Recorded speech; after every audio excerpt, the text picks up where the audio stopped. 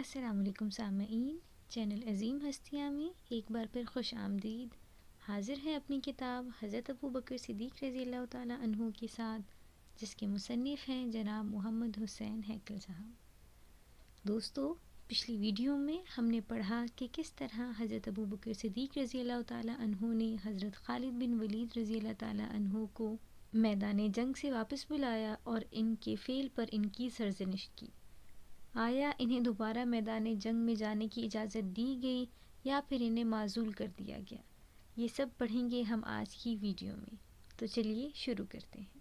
حضرت عمر رضی اللہ تعالیٰ عنہ کے بالمقابل ابو بکر صدیق رضی اللہ تعالیٰ عنہ کا خیال یہ تھا کہ ایسے وقت میں جب مسلمانوں پر چاروں طرف سے خطرات کے مہیب بادل منڈلا رہے ہیں اور سارے عرب میں فتنہ و فساد اور بغاوت کی آگ زور و شور سے بھڑک رہی ہے، کوئی سپہ سالار کسی فرد واحد یا جماعت کو غلطی سے قتل کرا دیتا ہے تو اس کا زیادہ خیال نہ کرنا چاہیے، کیونکہ ایسے نازک وقت میں کسی سپہ سالار کو سخت سزا دینا اور اس کے الزام کی تشہیر کرنا مسلمانوں کے لیے سخت نقصان دہ ثابت ہو سکتا ہے۔ ان کا خیال یہ بھی تھا کہ کسی مفتوحہ قوم کی کسی عورت سے شادی کر لینا، اور وہ بھی اس حالات میں کہ ابھی اس کی عدت کے دن پورے نہ ہوئے ہوں، عربوں کے رسوم و رواج کے خلاف نہیں، کیونکہ اس صورت میں مفتوحہ قوم کی عورتیں لونڈیاں شمار ہوں گی جن پر ان کے مالکوں کو ہر قسم کا اختیار ہوتا ہے۔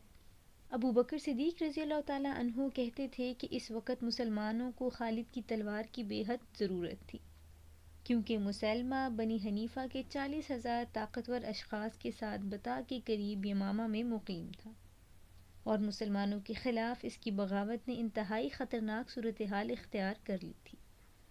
مسلمانوں کی نظریں خالد بن ولید رضی اللہ تعالیٰ عنہ کی طرف اٹھتی تھی۔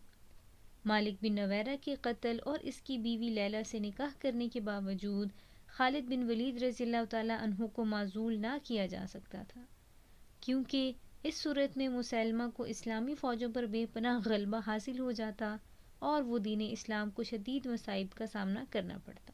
خالد بن ولید رضی اللہ تعالیٰ عنہ اللہ کی تلوار اور اس کی نشانیوں میں سے ایک نشانی تھے، اس لیے ابو بکر صدیق رضی اللہ تعالیٰ عنہ نے انہیں طلب فرما کر صرف زبانی سرزنش پر اکتفا کی اور انہیں یمامہ جا کر مسلمہ کا مقابلہ کرنے کا حکم دیا۔ بتا سے خالد بن ولید رضی اللہ تعالیٰ عنہ اپنے لشکر اور ابو بکر صدیق رضی اللہ تعالیٰ عنہ کی بھیجی ہوئی کمک لے کر بنی حنیفہ کے متمنی مسلمہ بن حبیب سے جنگ کرنے کے لیے یمامہ روانہ ہوئے۔ جو کمک ابو بکر نے بھیجی تھی وہ تعداد اور قوت میں خالد بن ولید رضی اللہ تعالیٰ عنہ کے اصل لشکر سے کم نہ تھی۔ اس میں ان مہاجرین اور انصار کے علاوہ جنہوں نے محمد صلی اللہ علیہ وآلہ وسلم کے زمانے میں کفار سے لڑائیاں کی تھی، ان قبائل کے لوگ بھی شامل تھے جن کا شمار عرب کے طاقتور اور جنگجو قبیلے میں ہوتا تھا۔ انصار ثابت بن قیس اور براء بن مالک کے زیر کردی تھے، اور مہاجرین ابو حذیفہ بن عتبہ اور زید بن خطاب کے ماتحت دوسرے قبائل میں سے ہر قبیلے کا سردار علیحدہ علیحدہ تھا، جسے ابو بکر نے اس کی حسن کارکردگی کے باعث اس عہدے پر مقرر فرمایا تھا۔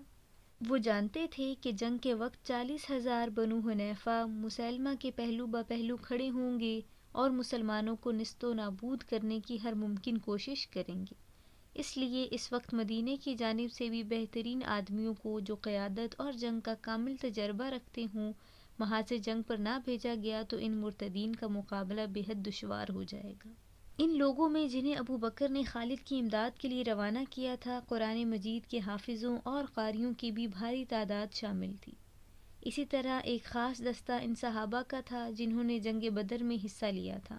ایسا کرنا ابو بکر کی اس پالیسی کے خلاف تھا جو انہوں نے اہل بدر کے متعلق وضع کی تھی۔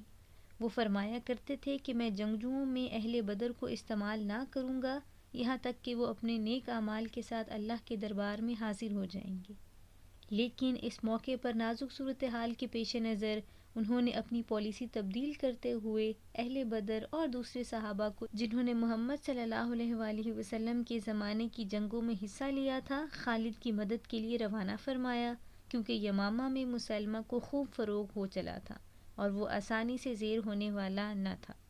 حقیقت یہ ہے کہ یمامہ میں مسلمانوں کی کامیابی خالد کا معمولی کارنامہ نہیں، یمامہ کی حالت دوسرے قبائل سے بالکل مختلف تھی، مدینہ کے قریبی قبائل میں سے جنہوں نے ابو بکر کے خلیفہ بننے کے بعد مدینہ کا محاصرہ کرنا چاہا تھا، کوئی شخص نبوت کا مدعی نہ تھا اور زکوٰۃ کی معافی کے سوا انہیں اور کوئی خواہش نہ تھی۔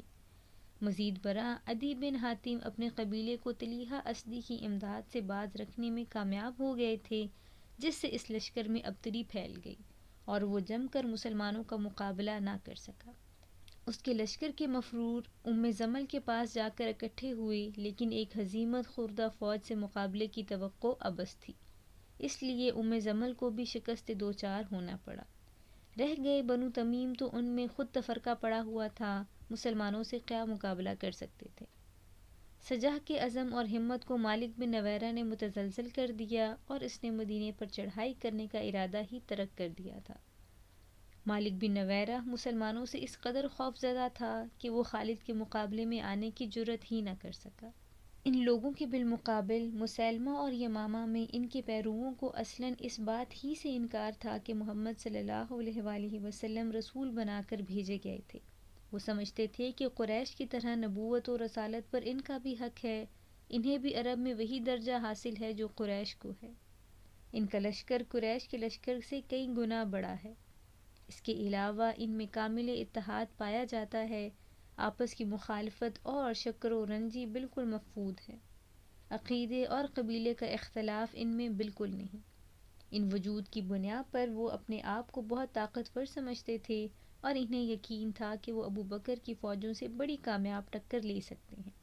ابو بکر کی نظر میں یہ تمام باتیں پہلے ہی سے موجود تھی، اس لیے انہوں نے پوری کوشش کی کہ یمامہ کی جانب سے جو لشکر بھیجے جائیں وہ طاقتور ہوں۔ مرتدین سے لڑنے کے لیے انہوں نے 11 لشکر تیار کیے تھے اور ہر لشکر کو علیحدہ علیحدہ قبیلے کی طرف بھیجا تھا، لیکن مسیلمہ کے بارے میں ایسا نہ ہوا، بلکہ اس کی جانب انہوں نے اکرمہ بن ابو جہل کو بھیجا اور ان کے پیچھے پیچھے شرجیل بن حسنہ کو ایک لشکر دے کر ان کی مدد کے لیے روانہ فرمایا۔ اکرمہ یمامہ کی جانب بڑھتے چلے گئے اور شرجیل کے پہنچنے کا انتظار نہ کیا۔ وہ چاہتے تھے کہ مسیلمہ پر فتح یاب ہونے کا فخر تنہا انہی کے حصے میں آئے۔ اکرمہ ایک تجربہ کار، ماہر جنگ اور دشمن کو خاطر میں لانے والا شاہ سوار تھا۔ اس نے ان کی فوج میں بڑے بڑے بہادر شامل کیے ہوئے تھے جو پچھلی جنگوں میں لوگوں پر اپنے کارناموں کی دھاک بٹھا چکے تھے، لیکن اس کے باوجود وہ مسیلمہ کے مقابلے میں نہ ٹھہر سکے اور بنو حنیفہ نے انہیں شکست دے کر پیچھے ہٹا دیا۔ اکرمہ نے اپنی ہزیمت کا سارا حال ابو بکر کو لکھ بھیجا، جسے پڑھ کر ان کے غصے کی انتہا نہ رہی۔ انہوں نے اکرمہ کو لکھا، اے ابن اکرمہ، میں تمہاری صورت دیکھنے کا مطلق روادار نہیں، تم واپس آ کر لوگوں میں بددلی پھیلانے کا باعث نہ بنو، بلکہ حذیفہ اور ارجفہ کے پاس جا کر اہل عمان اور مہرہ سے لڑو، اس کے بعد یمن اور حضرت موت جا کر مہاجرین ابی امیہ سے مل جاؤ اور ان کے دوش بدوش مرتدین سے جنگ میں حصہ لو۔ سوال پیدا ہوتا ہے کہ آخر مسیلمہ نے اتنی قوت کس طرح حاصل کر لی؟ مسیلمہ محمد صلی اللہ علیہ وآلہ وسلم کے آخری ایام میں بنی حنیفہ کے ایک وفد کے ہمراہ مدینہ آیا۔ وفد کے باقی ارکان تو رسول اللہ صلی اللہ علیہ وآلہ وسلم کے پاس چلے گئے اور قبول اسلام کا اعلان کر دیا، لیکن مسیلمہ نہ جا سکا، کیونکہ وہ لوگ اسے سامان کی حفاظت کے لیے ڈیرے ہی پر چھوڑ گئے تھے۔ محمد صلی اللہ علیہ وآلہ وسلم نے حسب عادت انہیں کچھ مال و منان عطا فرمایا، جس پر انہوں نے مسیلمہ کا حصہ مانگا۔ آپ نے اس کے حصے کا مال بھی ان لوگوں کو دیا اور فرمایا، وہ مرتبہ میں تم سے کمتر نہیں، مطلب یہ تھا کہ اس کی حیثیت اتنی کمتر نہیں کہ تم اسے مال کی حفاظت کے لیے ڈیرے پر چھوڑ آئے ہو۔ مسیلمہ محض یہ بات پیش کر کے نبوت کا دعویٰ نہ کر سکتا تھا، اس لیے شروع میں بہت ہی تھوڑے لوگوں نے اس کی باتوں پر کان دھرے، ورنہ 2 سال میں ہزاروں آدمیوں کو اپنے ارد گرد جمع کر لینا کوئی معجزہ قرار نہیں پا سکتا، یہ تو محض ایک شعبدہ بازی تھی۔ حقیقی امر جس نے مسیلمہ کی طاقت بڑھائی وہ تھا نہار الرجال کا اس سے مل جانا۔ یہ شخص جس کا نام نہار الرجال یا نہار الجال بن عنقودہ تھا، اس علاقے کا رہنے والا تھا اور ہجرت کر کے محمد کے پاس مدینے آ گیا تھا۔ یہاں اس نے قرآن کریم پڑھا اور دینی تعلیم حاصل کی۔ چونکہ وہ بہت ذہین تھا، اس لیے محمد صلی اللہ علیہ وآلہ وسلم نے اسے اہل یمامہ کو دین اسلام کی تعلیمات سے آگاہ کرنے اور لوگوں کو مسیلمہ کی متابعت سے روکنے کے لیے بھیجا۔ لیکن نہار مسیلمہ سے بھی زیادہ فتنہ ور ثابت ہوا۔ جب اس نے دیکھا کہ لوگ مسیلمہ کی اطاعت قبول کرتے جا رہے ہیں تو وہ ان لوگوں کی نظروں میں اپنے آپ کو سرخرو کرنے کے لیے ان سے مل گیا اور مسیلمہ کی نبوت کا اقرار کرنے کے ساتھ محمد صلی اللہ علیہ وآلہ وسلم کی جانب سے یہ جھوٹا قول بھی منسوب کیا کہ مسیلمہ ان کے ساتھ نبوت میں شریک کیا گیا ہے۔ اہل یمامہ کو اس سے زیادہ اور کیا چاہیے تھا کہ محمد کے ساتھیوں میں سے ایک شخص مسیلمہ کی نبوت کی گواہی دے رہا ہے اور وہ شخص معمولی آدمی نہیں بلکہ عالم، فاضل اور فقیہ بھی ہے، ان کے سامنے قرآن پڑھتا اور اس کی تعلیمات سے انہیں آگاہ کرتا ہے، انہیں دین کا علم سکھاتا ہے۔ اب کہ وہ خود نبوت مسیلمہ کی گواہی دے رہا تھا تو مسیلمہ کی نبوت سے انکار کی گنجائش ہی کہاں رہی تھی؟ چنانچہ بے وقوف لوگ جوگ در جوگ مسیلمہ کے پاس آنے اور بنی حنیفہ کے رسول کی حیثیت سے اس کی بیعت کرنے لگے۔ اس طرح چند ہی دنوں میں اس کی طاقت کہیں سے کہیں جا پہنچی۔ مسیلمہ نے اس کے صلے میں نہار الرجال کو اپنا خاص متدد عالیہ بنا لیا اور اس کے مشورے سے نبوت کا کاروبار انجام دینے لگا۔ اس کے بدلے نہار الرجال کو دنیا بھر کی نعمتیں میسر آ گئی اور وہ ان سے جی بھر کر لطف اندوز ہونے لگا۔ جب علماء اور فقہا ہی دنیا کی نعمتوں کے حصول پر تل جائیں اور اپنی غرض کے لیے ذلیل خوشامد اور جھوٹی گواہی سے بھی دریغ نہ کریں تو عوام جو بھی کریں تھوڑا ہے۔ جہاں تک مسیلمہ کے معجزات دکھانے کا تعلق ہے، تاریخ سے ان کا کوئی ثبوت نہیں ملتا، نہ لوگوں نے اس کا کوئی معجزہ دیکھ کر اسے قبول کیا اور نہ اس کی خود ساختہ وحی سے متاثر ہو کر اس پر ایمان لائے۔ مسیلمہ کا کاروبار چمکنے کا صرف سبب یہی تھا جس کا ذکر پہلے کر دیا گیا ہے۔ جہاں تک اس امر کا تعلق ہے کہ عوام تو خیر جاہل ہوتے ہیں، انہیں حق و باطل کی تمیز نہیں ہوتی، لیکن دانشور ان قوم کی عقلوں پر کیا پتھر پڑ گئے تھے کہ انہوں نے آنکھیں بند کر کے مسیلمہ کی اطاعت قبول کر لی؟ تو بات یہ ہے کہ اس کی تہ میں عربوں کی قومی عصبیت اور قبائلی خود مختاری کا جذبہ کار فرما تھا۔ اس کے ثبوت میں مندرجہ ذیل واقعہ پیش کیا جاتا ہے۔